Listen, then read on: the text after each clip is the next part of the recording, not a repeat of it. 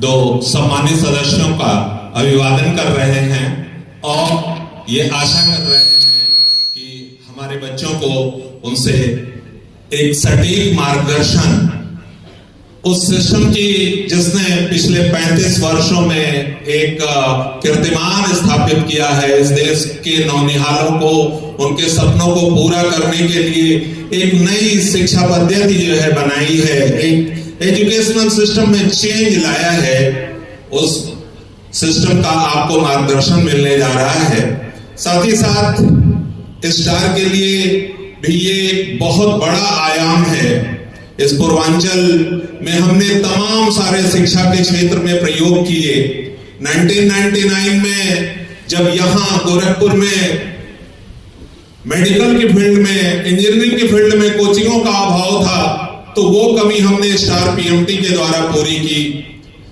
25 साल का track record बहुत शानदार रहा।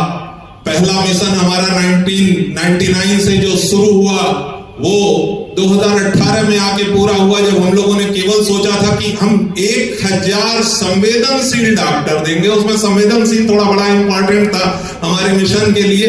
हमारे वो डॉक्टर ऐसे नहीं जिनकी सामाजिक चेतना से कुछ लेना देना न हो, वो सामाजिक सरोकार के लिए हो, जिनके अंदर करुणा दया की भावना हो, समाज के सेवा के प्रति जो है वो इच्छुक हो। वो हमारा लक्ष्य 2018 तक पूरा हो गया। लेकिन तब तक समय की विसंगतियों के द्वारा जो एजुकेशनल सिस्टम है वो काफी डिफॉल्ट हो रहा था। बार बार हम ये बात कहते आ रहे हैं, अपने हर मंच से कहते आ रहे हैं, ये राष्ट्रीय चिंता का विषय है। ये केवल गोरखपुर की समस्या नहीं है, ये पूरे राष्ट्र की समस्या है। इस ओर शिक्षाविदों का ध्यान जाना चाहिए।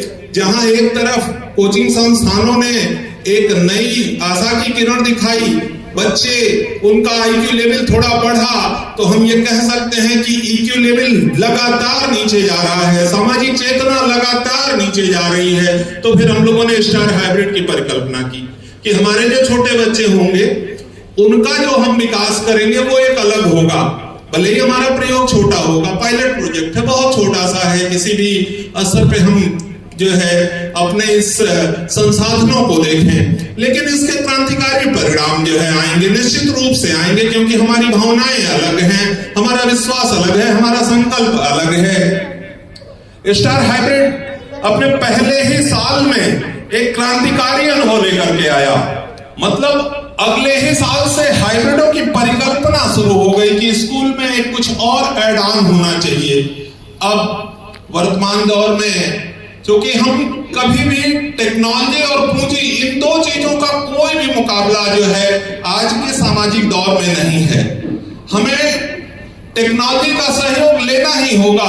और ऐसे में डॉक्टर राहुल राय द्वारा फिर एक क्रांतिकारी निर्णय लिया गया और कहा गया कि इस समय जो इस सर्वोच्च शिखर पर मार्गदर्शन है उसको भी ऐड ऑन किया जाए अपने यहाँ शिक्षा में। हमारे यहाँ के बच्चों को जिनको बहुत दूर जाना पड़ता था यहाँ से, और एक खास जगह ही हब बन गया था एजुकेशन का, उसके साथ साथ जब भी कोई चीज एक ही जगह इकट्ठी हो जाती है तो प्राकृतिक नियम है, वहां समस्याएं भी बहुत ज्यादा हो जाती हैं।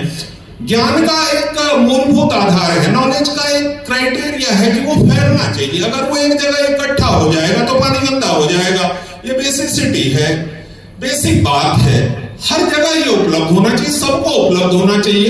तो उसी क्रम में ये नया इनोवेशन है, हमारा ज्वाइंट एक्सरसाइज है। जैसे अक्सर आप लोग सोचते, सुनते, समझते होंगे, सेना के जो है संयुक्त अभ्यास होते हैं। दो देश भले ही एक दूसरे के जो है अपोजिट में हो, लेकिन फिर भी मानवता के एक ऊपरी स्तर पर कभी ऐसी जरूरत पड़ेगी कि एक साथ काम करना होगा, तो संयुक्त अभ्यास भी होते हैं। कुछ ऐसा ही एक संयुक्त सपनों का जो है अभ्यास है। एक संस्था जो 36 वर्षों से काम कर रही है और एक संस्था जो 25 वर्षों से जो है एक छोटे से परिकर में अपना रिकॉर्ड बना रही है, उन दोनों का साथ। और एक छोटी सी कहानी कह करके मैं आमंत्रित करूंगा सुमित जी को, और यश जी दोनों लोग हमारे बीच में हैं, बहुत सारी बातें आपको बताएंगे। तो वो जो छोटी सी कहानी जो मुझे पर्सनली बहुत इंस्पायर्ड करती है, दुनिया का विकास आगे किस तरफ जाएगा। तो हम लोग छोटे थे तो वो कछुए और खरगोश वाली कहानी सुनाई जाती थी। कछुआ और खरगोश दोनों की लगी रेस, बेचारा खरगोश था बहुत जो है तेज, कछुआ धीरे धीरे करके कहीं ना कहीं तेज लोग बीच में खो जाते हैं। सोया और कछुआ जीत गया। पहली बार की हार थी, कछुआ भी बजा नहीं पाया। जो तेज है, जिसके अंदर प्रतिभा है, उसको भी हम डिनाई नहीं कर सकते हैं। दूसरी बार उसने कहा नहीं नहीं, ये रेस तो जो है ठीक नहीं रही, एक रेस और लगाते हैं। कछुआ बेचारा चिंतित हो गया।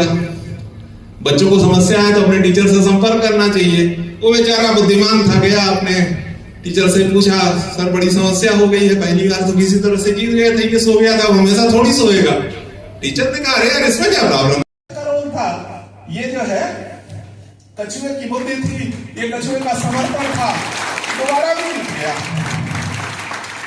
तो जब हम अपने शिक्षकों के साथ रहते हैं तो हमेशा जीतते हैं, इसका तो कोई तोड़ ही नहीं है। नहीं तो अलेक्जेंडर सिकंदर अपने गुरु के पास पहुंचा था और उसके गुरु ये ना कहते कि भारत से आना तो मेरे लिए भी कोई गुरु लेते आना। मतलब उस परंपरा में जीवन में हर जगह संघर्ष है, उस संघर्ष के लिए कहीं ना कहीं कोई शिक्षक बैठा हुआ है। तीसरा दौर जो आज का दौर है, जो ग्लोबलाइजेशन का दौर है, जो पूंजी का दौर है, जो चमक का दौर है, वो भी आया। कछुए और खरगोश में फिर ठन गई। तो उसके गुरु ने कहा ऐसा कुछ नहीं है, कोई समस्या नहीं है, जाके कहो वी आर बेस्ट फ्रेंड। हम क्यों रेस करें, हमको क्यों लड़ना है। जहां रास्ता तुम्हारे जैसा होगा वहां तुम्हारे ऊपर हम सवार हो जाएंगे। जहां तुम्हारे सहयोग की जरूरत होगी हम तुम्हारा सहयोग लोगे। दोनों मिलकर के दुनिया फतह करेंगे, हर मंजिल जीत लेंगे।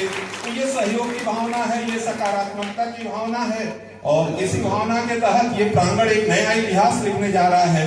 पूर्वांचल में वो सारी सुविधाएं सीमित संसाधनों में आपके बीच में आने वाली हैं। तो अब ज्यादा समय न लेते हुए आदरणीय सुमित जी को आमंत्रित करेंगे।